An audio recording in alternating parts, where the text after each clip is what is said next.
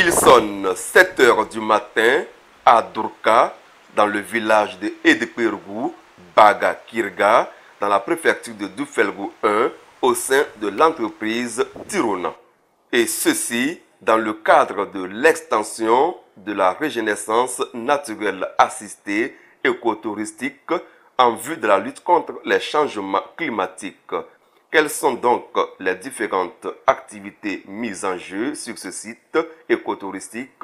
Monsieur Mamana Bigman, promoteur de la ferme Tirona. Je m'appelle Mamana Bigman, promoteur de la ferme Tirona à Bagakriga, située à environ 14 km du centre SIDAP. Et le lieu plus précisément c'est Edepergou, Durka. Donc je suis dans la production végétale et ici précisément nous sommes avec la RNA. Donc l'extension de la RNA et l'amélioration de la RNA. Donc vous avez dans le poids d'Angole 0,50 hectares d'anacarde semés et la RNA même qui fait environ 2 hectares. L'amélioration se fait avec des fruitiers comme l'anacarde. Mais vous avez d'abord des arbres du milieu qui sont régénérés et de nouvelles espèces même qui apparaissent. Et nous voyons donc que la biodiversité est là. Donc l'importance de cette forêt, d'abord c'est une zone de récréation. La forêt a pour rôle aussi la purification de l'air, la production de l'oxygène, la production des fruits sauvages.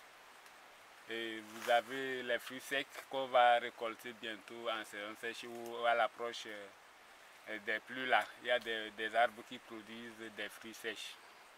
Donc, en lien avec maintenant l'apiculture, donc les arbres au moment des floraisons attirent les abeilles et nous profitons de cet été pour installer les ruches. Et vous avez au moins 2 ruches déjà implantées, mais on doit apporter d'autres ruches pour mettre encore. Donc il y a d'autres qui sont à côté de la rivière aussi.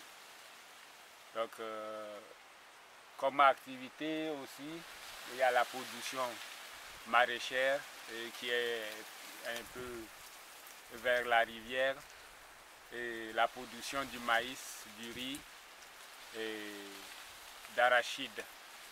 L'extension de la régénérescence naturelle assistée, l'apiculture, le maraîchage, la culture du maïs sont autant d'activités que mène l'entreprise Tirona. Néanmoins, elle rencontre des difficultés dans ces différentes activités. Les difficultés liées à l'homme. Quand vous faites le pare-feu, il y a des hommes mal intentionnés qui vont mettre le feu. Donc les difficultés par rapport à l'identification aussi des espèces présentes dans la RNA. Donc il faut vraiment les moyens et chercher des techniciens aussi qui vont m'accompagner pour identifier les espèces qui sont là-bas.